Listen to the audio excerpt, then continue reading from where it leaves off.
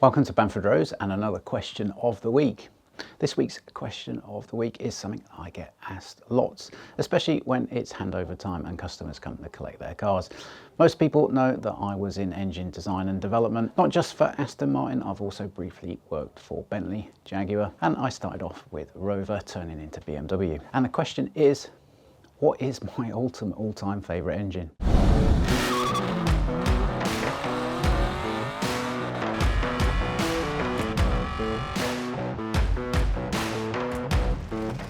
Seeing as this is a car channel, we'll keep it just cars. There's certainly been some great engines designed over the years and great for power, economy, emissions or fuel consumption.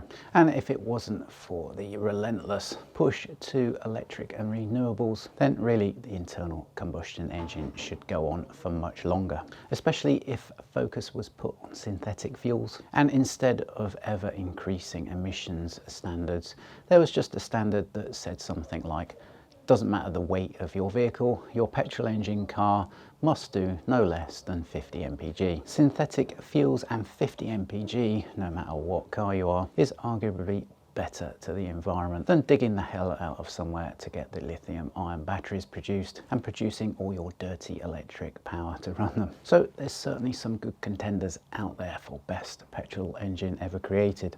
I remember working at a consultancy, and in the early 2000s it was the Honda S2000 engine that was the benchmark.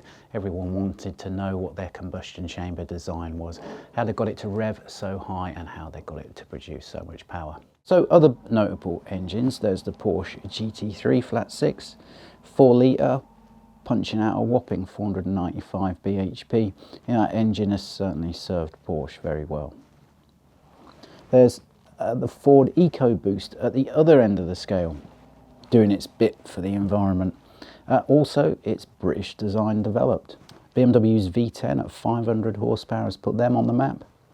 And arguably the muscle car engine of choice, the Ford Mustang V8 engine, is very versatile, very powerful. But if I had to pick one, my most favourite engine, it's obviously going to be one I worked on myself.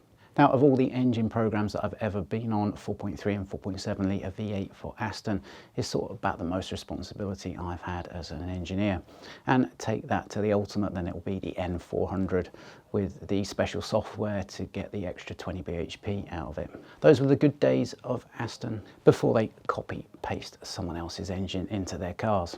But the granddaddy of all engines, which has survived decades, has kept pace with emission standards and pumps out a phenomenal amount of torque and power. My award for the best engine ever has to go to Bentley with the 6.75 litre V8 engine.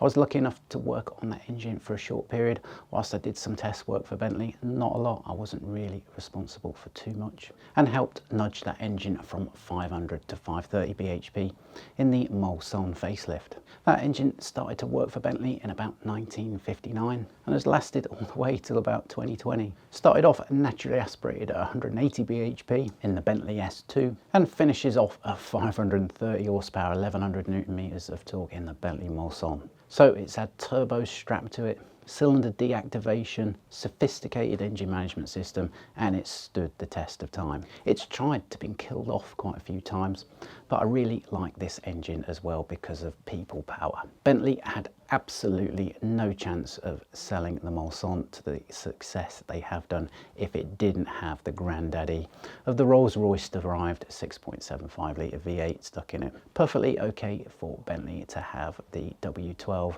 VW Audi derived engine in their Continental and their Flying Spur, but the Mulsanne really does have to be old money. So if that's my favourite engine, then what's my favourite car? Well, for the car I've never driven, it's got to be a DB4 Zagato. For my most favourite car that I have driven, it's got to be a V12 Vantage Zagato. So that leads me on to what would I buy today? Well, I'll try and get a car that's got my favourite engine fitted to it. So here we can see a 2012 entry spec Bentley Mulsanne trading at 60k. Now, less than 10 years ago, that was a 260k plus car. That is a phenomenal amount of car for the money. Perhaps if we didn't want to outlay 60k, then down at 38k, we've got this Bentley Arnage. Now, this is the Bentley Arnage T Mulliner spec, so this is 500 horsepower. But would I stray from the fold?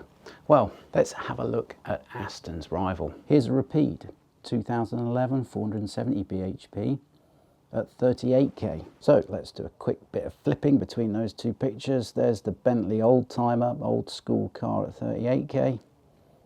There's the Aston, sleek, slender, lightweight, 39k. Which would you choose? Well, the Arnage is going to feel a bit old school, and that Aston is going to feel a lot newer. And it's going to be a lot lighter, and just drive on the roads a lot nicer. But if we were to increase the budget a bit more, here's an Aston Martin Rapide S for 60k. Now, Rapide S around the Bamfordrose loop in all reality handles just as well as a V8 Vantage S. It's a phenomenal handling car, plenty quick, but also it's a great GT cruiser on the times that you don't want to be sat in a sports car and be sat in the shape that a sports car wants you to sit in. You can actually get in the Rapide and sprawl out in the luxury that you've got. As well, with Rapide, there's certain level of luxury that you don't get in a DB9 or a V8 Vantage, and when you sit in the Bentley you feel like you're missing out on a level of luxury in the Aston, but the Rapide certainly bridges that gap. So for 60k I'd sooner have the Rapide S than the Bentley Mulsanne, but thumping out its colossal 1100 Newton meters and 530 bhp, I really wish I could experience the Rapide with that Bentley 6.75 litre motor shoehorned into it. But let us know what your favourite engine is and what your favourite car is. Do they marry up together? Really like to hear your comments. Click us a like, subscribe to our channel, and we'll see you on the next question of the week.